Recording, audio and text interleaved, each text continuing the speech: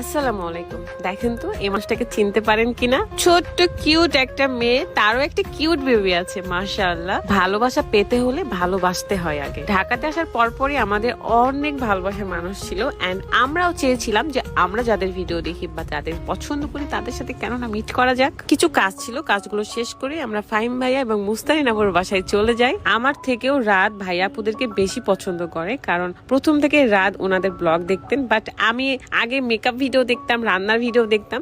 তবে নিজে যখন ব্লগিং শুরু করেছিলাম তখন কাপড় ব্লগ দেখা শুরু করেছি। বিশ্বাস করেন আপু আর ভাইয়ারা, আমরা অন ক্যামেরাতে যেসব মানুষদেরকে দেখি তার থেকেও অনেক ভালো অফ ক্যামেরায় তারা। কত আন্তরিক, কত হাসি খুশি, আমরা কত গল্প করলাম, কত আড্ডা দিলাম, খাওয়া দাওয়া করলাম। ফাহিম ভাইয়া অনেক বেশি লাজুক, তাকে দেখলে কিন্তু বোঝা যায় না, বাট ক্যামেরা অন করলে ভাইয়া লজ্জায় শেষ হয়ে যায়। নারায়ণগঞ্জের মিষ্টিগুলো অনেক বেশি মজার। পেট ভরে পোলাও মাংস খাওয়ার পরে মিষ্টি কি খাওয়া যায়? তারপরেও আমরা খেলাম, কারণ এত ভালোবেসে আপুরা আমাদেরকে এনে দিচ্ছিল। খাওয়ার পর থেকে শুধু খাওয়ার উপরে ছিলাম। যেহেতু ঢাকা থেকে নারায়ণগঞ্জ গিয়েছি, বাবুকে রেখে গিয়েছিলাম, যেহেতু নারায়ণগঞ্জে কিছু কাজ ছিল। আপুরা তো আমাদেরকে ছাড়তেই চাচ্ছিল না, এত ভালোবাসা দিচ্ছিল, আর আমাদেরও আসতে ইচ্ছা করছিল না, বাট কি আর করার, নেক্সট টাইম আবার আসবো, আবারও থাকবো।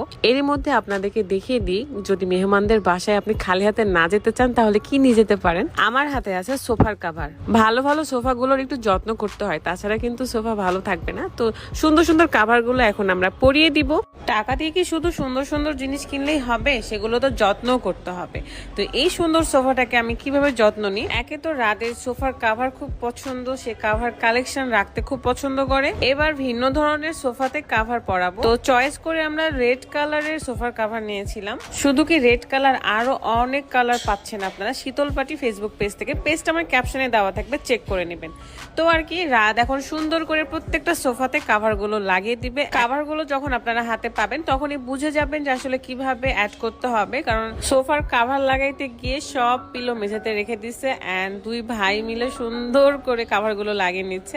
আর লাস্টে রাত অনেক টায়ার্ড হয়ে গেছে, তো কাভার লাগানো শেষে পিলোগুলো দিয়ে সুন্দর করে সাজিয়ে দিল, এন্ড ফাইনাল লুকটা দেখেন কত সুন্দর। আপনারা যদি আপনাদের ঘরের সোফাগুলোর কাভার লাগাতে চান তাহলে অবশ্যই শীতল পাটি ফেসবুক পেজে নক করবেন।